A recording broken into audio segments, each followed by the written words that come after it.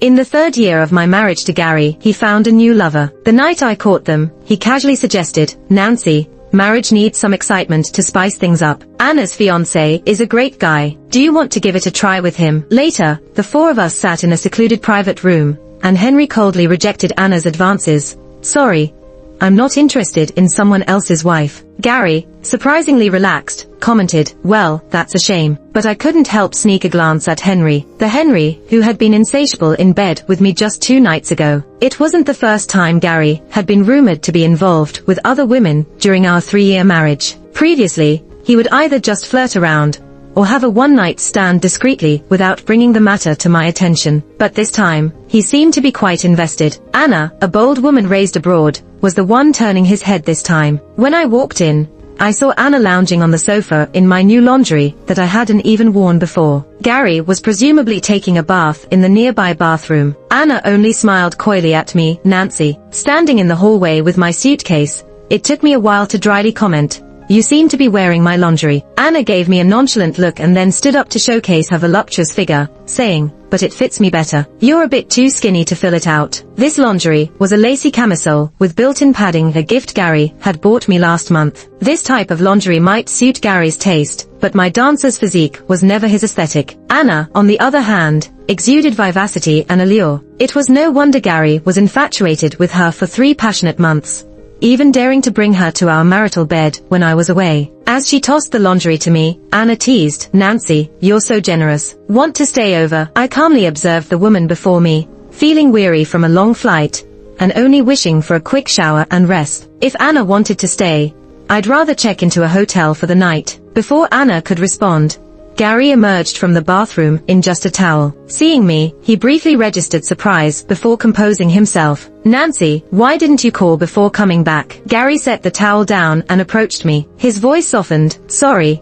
I'll send her off right away." I shrugged him off, saying, "I'll go take a shower, I'm tired." As I was finishing my skincare routine after the shower, Gary returned with Anna. He stood beside me, unabashed about the visible love bites on his neck. When I paused with my hand cream, I couldn't help but mention, "Anna doesn't seem to be single. Maybe you should be more discreet." Gary, looking at me seriously, suddenly chuckled. He leaned in, grasping my shoulder. "Nancy, if marriage becomes stagnant, trouble is bound to happen. We can't divorce, so a bit of stimulation is necessary to spice things up." Looking at the man in the mirror, I grew up knowing that marriage in our kind of family wouldn't give me freedom. Yet, when we got married, I still held some hope for my husband. At least we had known each other since childhood, and he had been loving and attentive after our engagement. But with his repeated involvement with other women, my illusions were shattered. "Anna's fiance is said to be a great guy," Gary mentioned casually, kissing my cheek. "Nancy, do you want to give it a try with him? He's the type of guy you like, similar to your favorite male celebrities. Let's meet as friends first," Gary proposed. "If you feel a connection and are open to it, then we can proceed further. What do you think?" As I gazed at my reflection in the mirror, I realized my husband was suggesting I engage with a stranger and nurture a warped relationship. Unbeknownst to him, my trip to Italy was not for business, but to reunite with a man I had once been involved with. We had spent 3 days and nights together, lost in a dreamlike state. For the first time, I tasted the pleasure of revenge. "Sure, let's meet him first, like friends," we decided, scheduling the meeting for the following evening. When picking out clothes for the occasion, Gary suddenly remarked, "Nancy, what's that mark on your neck?" I glanced at the love mark and replied casually, "A mosquito got in the hotel and bit me. Should I cover it up?" "No need." I declined his offer. Gary stopped probing and started selecting a tie. In the end, I ditched the pastel colors I usually preferred and opted for a red dress instead. Gary, a bit surprised, noted, "I thought you didn't like vibrant dresses." I got tired of the light ones, I responded as Gary helped with the zipper and watched me touch up my makeup. Then, with a hint of jealousy, he remarked, "I suddenly don't feel like letting you go anymore. Do you want to cancel?" He frowned but hesitated for a moment before insisting, "We've made plans, can't bail out now." I bent down to change into heels, and Gary's gaze lingered on my ankles and calves. "Nancy, have you gotten more beautiful during your business trip?" I smiled at him. Maybe the air and environment in Italy are more nourishing. In the top floor private room of the high-end club, as Gary escorted me in, I immediately spotted Anna's companion, a man in a meticulously tailored black suit, with a pristine buttoned shirt exuding an aura of refinement and aloofness. Even Anna, usually bold and daring, sat quietly beside him. One glance was enough for me to lower my eyelids slowly, clutching my purse tightly with nervous fingers. I hadn't expected this. A few days ago, Henry, whom I was entangled with day and night in Italy, turned out to be the fiancé of Anna, whom I am meeting tonight. Henry, this is my wife, Nancy, Gary introduced when we met. Henry seemed nervous, his voice trembling slightly. Nice to meet you, Henry, I managed to say calmly as I looked at him. We are all grown-ups, and we all understand the situation. Henry looked back at me and greeted, Nancy, pleasure to meet you. I was seated next to Henry, with Gary sitting next to Anna. The atmosphere in the room was strange, yet there was an unspoken understanding. Not until halfway through the meal did Anna, perhaps due to some wine, start talking more. Henry, what do you think of Nancy? I've told you she is beautiful but too thin. But you seem to like girls who are pale and thin, Anna asked, looking at me. I didn't respond, just quietly ate a small piece of dessert. Suddenly, a warm hand landed on my exposed knee, causing me to flinch and crush the beautiful dessert. Gary asked concernedly, Nancy, what's wrong? I shook my head. It's nothing, just slipped. But my neck felt hot, and my ears were burning. In the morning, I noticed my ear piercings were a bit inflamed, and now they were itching and sore. I couldn't help but lightly massage them. Suddenly, I thought of the intimate moment when that person was nibbling on my earlobe that night. And now, under the cover of the white lace tablecloth, that person's long and powerful fingers had already landed on the inside of my thigh. I tensed up all over, but then Henry spoke calmly, almost casually. Sorry, I'm not interested in other people's wives. I stole a glance at Henry. The him who was passionately entangled with me in bed that night didn't say such things. Anna chuckled awkwardly. Gary looked surprised for a moment, but then relaxed and even smiled. That's a pity, Gary said. I sat quietly with lowered eyes, trying to push away the person's wandering hand under the tablecloth. But Henry clasped my hand with his, and I winced and lightly called out, Nancy. Gary looked at me, ready to get up. It's just a little accident, I said, my back sweating nervously. Henry gently held my hand as if to reassure me, then let go. I breathed a sigh of relief and straightened out my messy skirt. As we were leaving, Gary was supposed to take me home, but he suddenly received a call, looking apologetic. Nancy, there's something urgent at the company. Shall I have the driver pick you up? Anna suddenly spoke up. Why don't Henry and I take Nancy home? Wouldn't it be too much trouble? Gary looked cautiously at Henry. Henry didn't refuse, but didn't agree either. Not at all, Gary. You go and take care of your business, Anna insisted. After tenderly instructing me, Gary hurriedly left. But as soon as he left, Anna excused herself to the restroom and disappeared. I sensed something was not right. Instinctively, I looked at Henry beside me. He leaned back on the chair, looking relaxed, but naturally exuding an intimidating aura. I picked up my handbag, intending to stand up, but Henry reached out and grabbed my wrist. The red dress looks beautiful on you, I said as my eyelashes fluttered, trying to divert my gaze. Just a random choice, but my cheeks were slightly flushed. When picking my outfit, I couldn't help but think back to that night. He praised me for looking good in red, saying it complemented my skin tone. Henry suddenly chuckled softly, applying slight pressure with the fingers that held my wrist. Before I knew it, I was pulled into his arms. I stiffened as soon as I touched his hard thigh and tried to get up immediately. Hiding from me, Henry held my waist, his voice low. I closed my eyes slowly, taking a deep breath. Honestly, if I had known Henry had a fiancé, I wouldn't have gone to the hotel with him that night in Italy. I asked him about it back then, and he said he wasn't married and didn't have a girlfriend. So, it's not entirely his fault. He didn't lie to me. He indeed wasn't married and didn't have a girlfriend. He just had a fiancé. Henry, I'm sorry. Why are you apologizing? Firstly, I didn't expect you to have a fiancé. It was my oversight. Secondly, I knew Anna's fiancé was named Henry, but I didn't think much and still came here tonight, causing you trouble.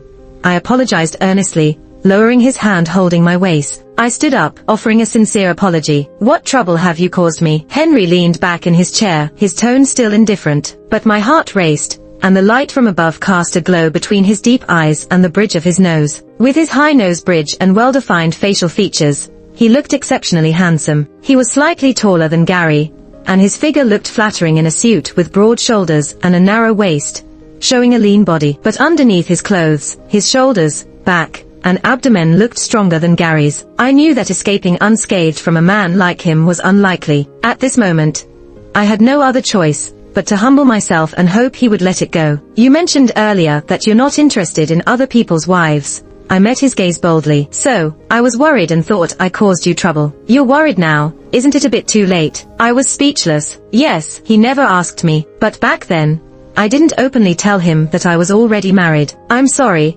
I apologized again, too embarrassed to look at him, my voice trembling. You should have noticed the relationship between Anna and me, I said softly. He nodded slightly. Indeed, there seemed to be some kind of open relationship between them. He also didn't seem to mind his fiancée being involved with other men. So, concerning Anna, you need not worry about causing me trouble. But Nancy, Henry stood up slowly as he spoke, approaching me with his tall figure completely overshadowing me. I instinctively stepped back, but he lightly grasped my wrist. I mind the fact that you're Gary's wife, Henry said, his eyes cold when he didn't smile. He then moved his slender fingers from my wrist to my jaw, causing me to shudder slightly. I couldn't help but wonder about a man who could make Gary, who always held himself in high regard, feel fear. I was afraid to think about what his background might entail. I had deceived him and embarrassed him. How would he retaliate against me? I'm sorry, I stammered. What else do you have to say apart from I'm sorry? Henry asked, holding onto my wrist and gripping my lower back. Nancy, he said my name softly, kissing me lightly. He then bit my bottom lip gently, asking for a response. There's still something to discuss about this, Nancy, he added. I didn't know how far I needed to go to satisfy him. I also didn't know how long I voluntarily kissed him back. All I could vaguely remember was that my legs were so weak that I couldn't stand. Henry and I were on the brink of pushing things too far, but then he pushed me away. I sat back in the chair, feeling disheveled. After a while, he calmly straightened his clothes and finally said, let's go, I'll take you home. Anna was already in the passenger seat, and without glancing at her, I noticed her eyeing me multiple times as I got into the car. When we arrived outside the villa gate, I thanked Henry softly and left without waiting for the car to stop. Gary hadn't returned home yet. Feeling tired, I took a shower and dried my hair. He called to apologize, saying the company matters were severe, and he might not be back that night. As I lay down on the bed, my mind wasn't cluttered with thoughts, nor was I interested in verifying Gary's words. But I wasn't expecting that this time, Gary wasn't lying to me. For a whole week, Gary didn't come home. There was no news from Henry either. I had no idea. At that moment, Gary was standing in Henry's office with a pale face. On the table in front of him lay a stack of photos showing him and Anna during their secret meetings. Gary, Henry's imposing presence still loomed over him, making Gary regret deeply. He regretted being misled by Anna and falling into such a dangerous affair. Most importantly, he regretted being so careless and getting caught in so many compromising pictures on his own turf. Even though Anna and Henry were doing their own thing without interfering with each other, creating a big public scandal was another matter. Moreover, these photos were bought at a hefty price by Henry. For the first time in his life, Gary felt a life-threatening fear. Gary, at this stage, what do you propose to solve this? Henry sat calmly, but his aura still managed to overpower Gary. Gary was sweating, knowing the consequences of this situation. Every obstacle in his company was a means of retaliation orchestrated by Henry, but he couldn't even complain, as he knew it was his own fault. Mr. Gary, you don't need to tell me these things. I just need a reasonable solution and compensation. It seemed like Gary had found a lifeline. How has Nancy been lately? Henry's question hit Gary like an electric shock. He knew Henry wouldn't mention Nancy without a reason. Did Henry have an interest in Nancy? Last time, following Anna's instructions, Gary had brought Nancy to the appointment. Henry's attitude was clear. He didn't like married women. I've been busy with company matters and haven't been home. I haven't seen her. Carefully choosing his words, Gary looked at Henry's face for any signs. Henry just nodded slightly. Send my regards to Nancy. Okay, Henry. As Henry got up to end the conversation, Gary felt relieved, but simultaneously an indescribable emotion surged within him. Even if he was a fool, he could see it. Henry had an interest in his wife, and he had to act as if he knew nothing and hand his wife over to him to save himself and his company. Gary had no other choice. He didn't even resist for long. By the way, Gary, as Henry was leaving the office, he stopped and looked back at Gary. I'm not interested in someone else's wife. It took Gary half a minute to come back to his senses. He finally understood how foolish he had been. The last time they had met, Henry uttered these words meaningfully.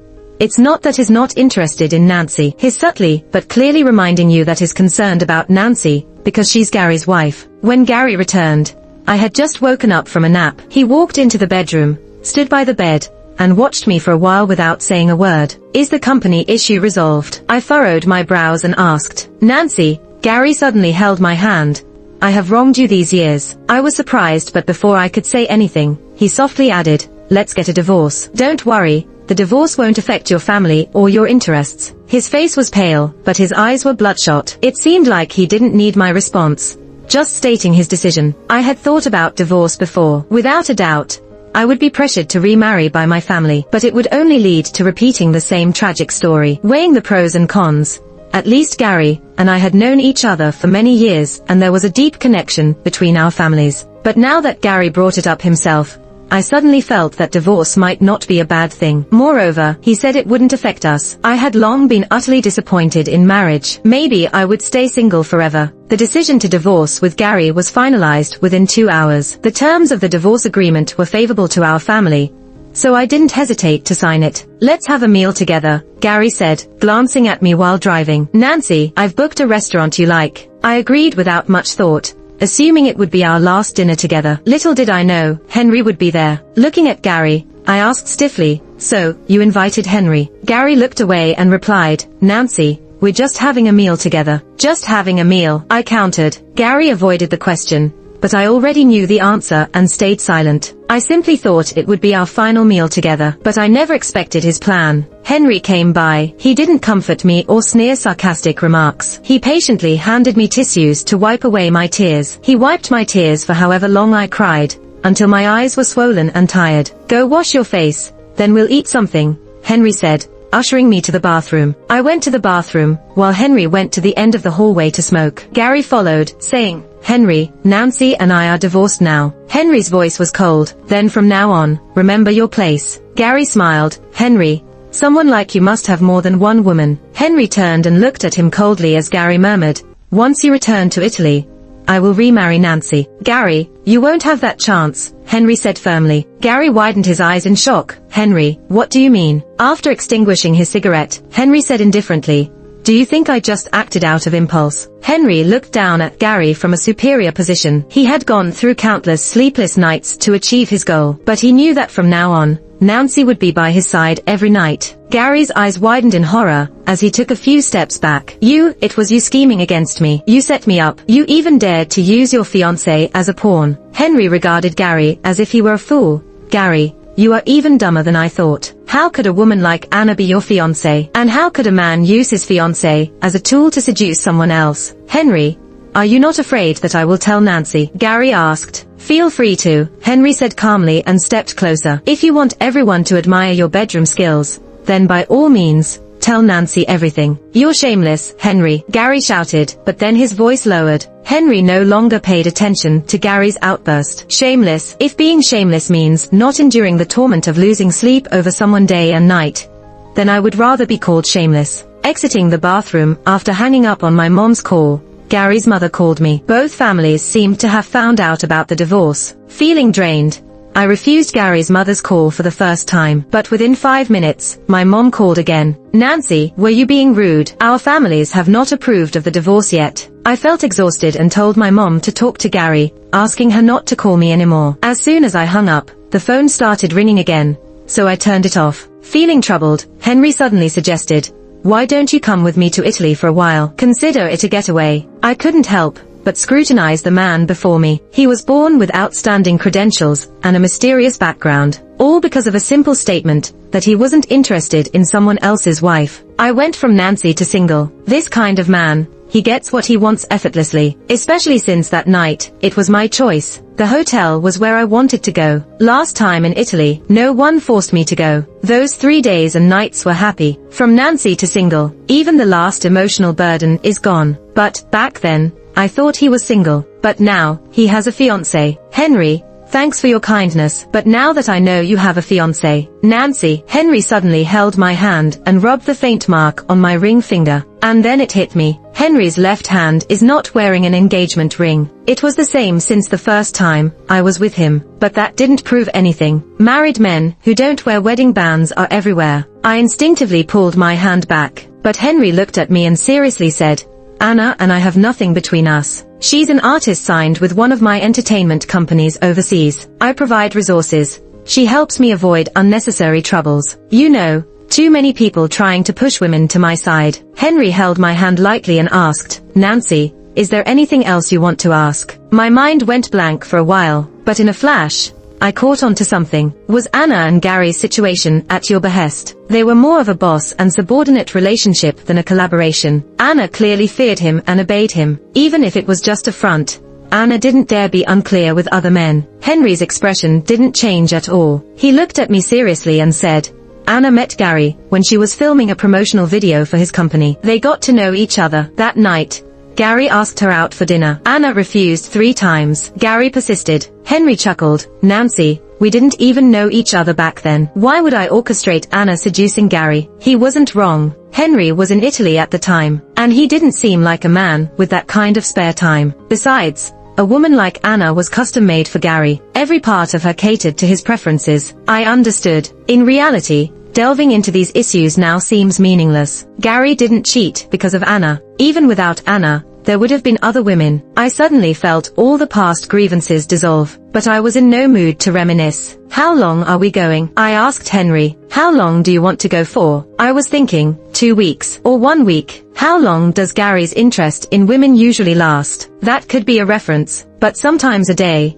sometimes a week. Anna lasted 3 months, maybe even longer in the future. I hesitated. There's a month until Christmas. Why not spend the festival in Italy? Henry suggested. There's going to be a cruise party on Christmas Eve, with fireworks all night. He added, I see Gary's place is going to be chaotic for a while. His mother is very difficult to deal with, and your mother, you staying here would also be troublesome. It's better to go out for a while. His words intrigued me. Moreover, those 3 days in Italy, I had a great time with him. If you have fun, stay longer. If you want to come back, I'll drive you. Nancy, with me, you don't need to worry about anything. I thought seriously for a moment, then nodded. Okay. Henry seemed to be in a good mood. Let's go home first. You need to rest well tonight. He naturally took my hand and led me out. We got into the car and returned to his place. The first time between a man and a woman is often difficult, but after the first time, everything else seems to fall into place. As I changed shoes,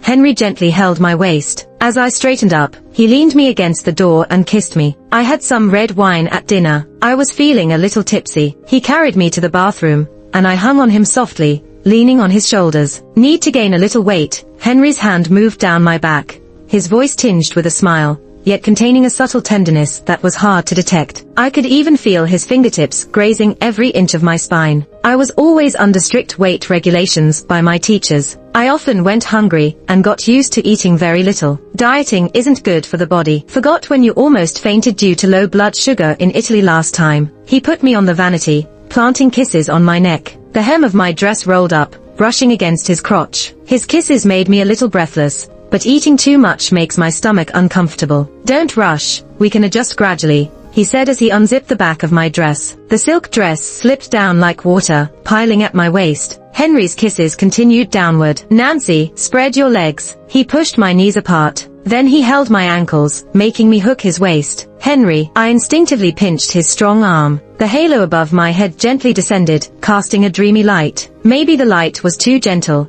tinting his brows and eyes with a soft hue. I found myself somewhat captivated and lost in his gaze. After a while, the vanity was a mess. Henry kissed my sweaty forehead. Let's take a bath. I don't want to. Okay, he said, but it was all to coax me. By the end, the bathroom was in such a mess it was unbearable. Water was everywhere. Henry, don't let the maid come clean this up tomorrow, I said as he carried me back to the bedroom with a smile in his voice. Okay, I'll clean it up tomorrow, he replied. I was so tired and sleepy.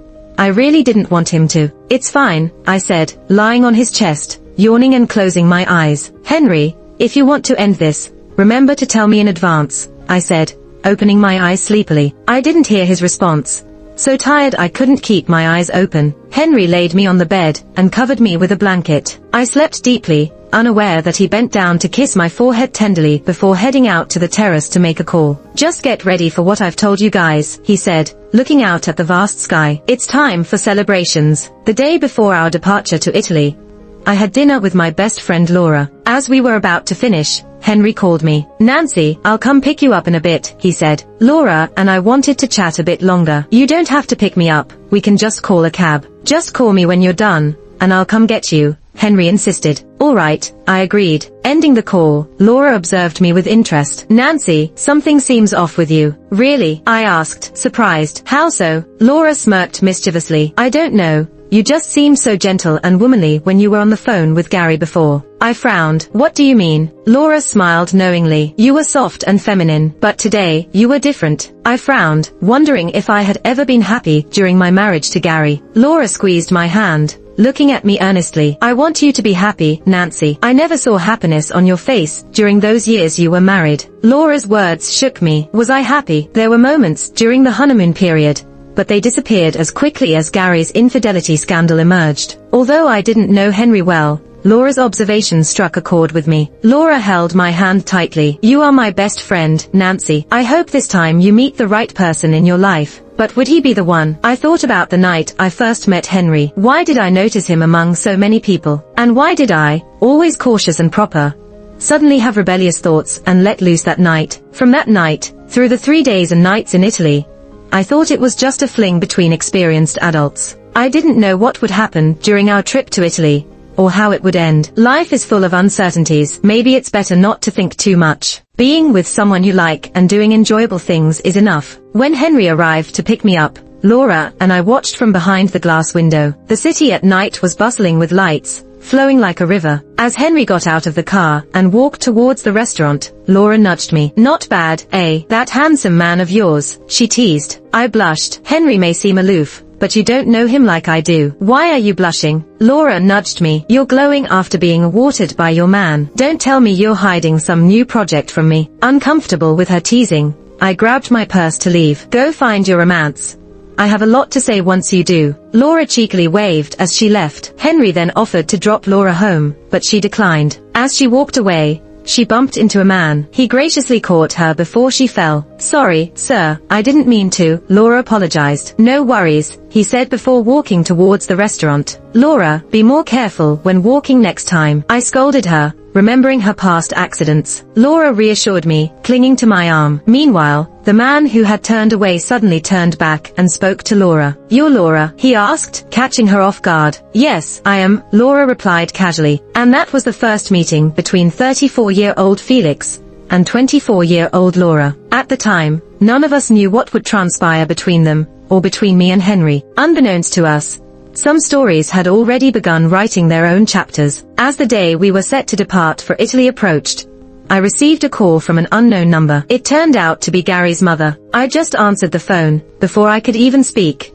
she started scolding me angrily. Nancy, even though you and Gary are divorced, you went to Italy with another man, just days after signing the papers. Where do you put our family's reputation? Is this how your parents raised you? You've been married into our family for 3 years, living off the good food and drinks at Gary's house. You couldn't have children. I never asked Gary to divorce you. But look at you, as soon as the company had trouble, you left just like that. She was clearly very upset, speaking more and more harshly.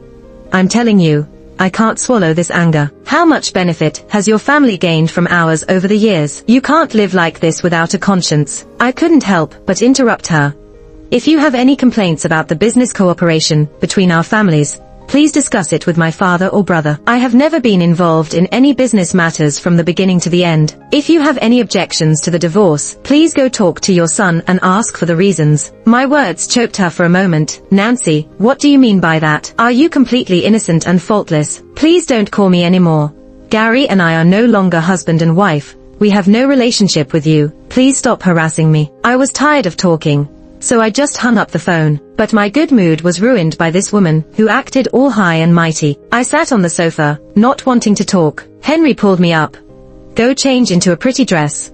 I'll take you to see the fireworks tonight. Henry, I'm so tired. I didn't want to move or talk. I leaned on his chest, speaking in a weak voice. Henry ruffled my hair. There won't be these troublesome matters in the future. Really? Of course. Henry then kissed me on the forehead. Don't be unhappy, trust me. Women are emotional creatures. Just an hour ago, I was in a bad mood. Now standing under the fireworks in a beautiful new dress, my mood suddenly lifted. Unexpectedly, there was a classical dance performance at the cruise party. I was mesmerized watching it. A few of the dancing girls suddenly rushed over and brought me to the stage. Apart from the dance classes after marriage, I had hardly participated in any performances. Being on stage dancing felt like a distant memory, but I quickly caught up with the rhythm. As my dress swayed, I found myself thinking, Henry must have planned for me to wear this dress. After the dance ended, the music transitioned to a beautiful and melodious violin solo. The fireworks were dazzling in the sky. Henry, now in formal wear,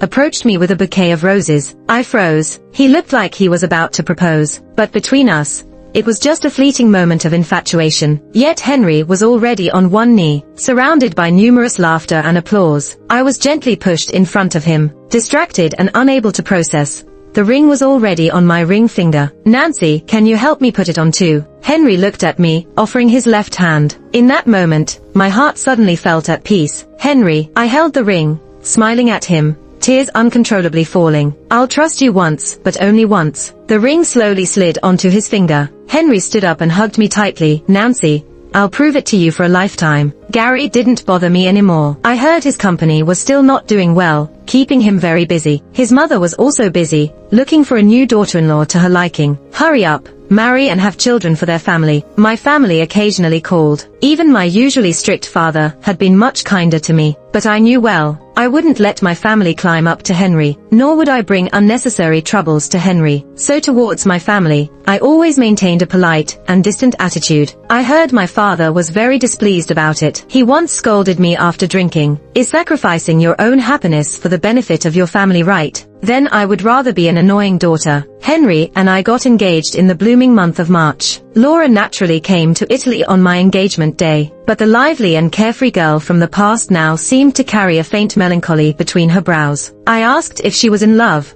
or had found someone she liked. Laura shook her head. Nancy, I don't even know if we're in love. Even though we see each other every day, I still feel like there's a great distance between us. As she spoke, her eyes turned red. Nancy, liking someone should bring happiness.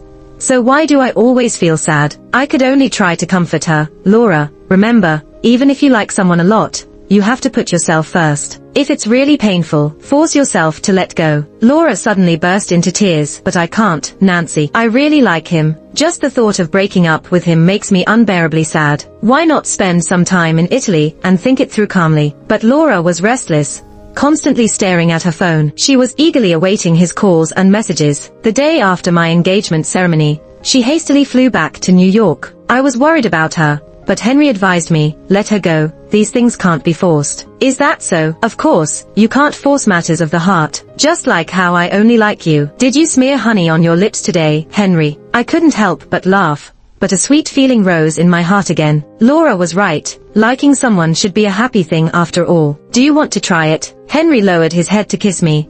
I dodged a couple of times, then just let him do as he pleased. Henry's epilogue. When Nancy and I got married, Gary got into trouble. His business suffered setbacks, and he was heavily in debt. Feeling down, he went to Australia for a break. First he lost money gambling, then he was framed. He ended up in a messy situation in a hotel room. It took his family a lot of effort to come up with 10 million to get him out. But from then on, he was completely ruined. His mother was so upset she almost had a heart attack. I didn't let Nancy know about any of this. She was about to become my bride, and our wedding was a joyful occasion. I didn't want these insignificant people and matters to ruin her happiness. Gary's ending was quite predictable. A man like him, indecisive and chasing after women, was bound to fall because of a woman sooner or later. I just have some regrets. Why did I meet Nancy so late in life? If we had met before she got married, she wouldn't have suffered for 3 years. But also, I'm grateful. That night, I didn't reject her in her embarrassed state. That night,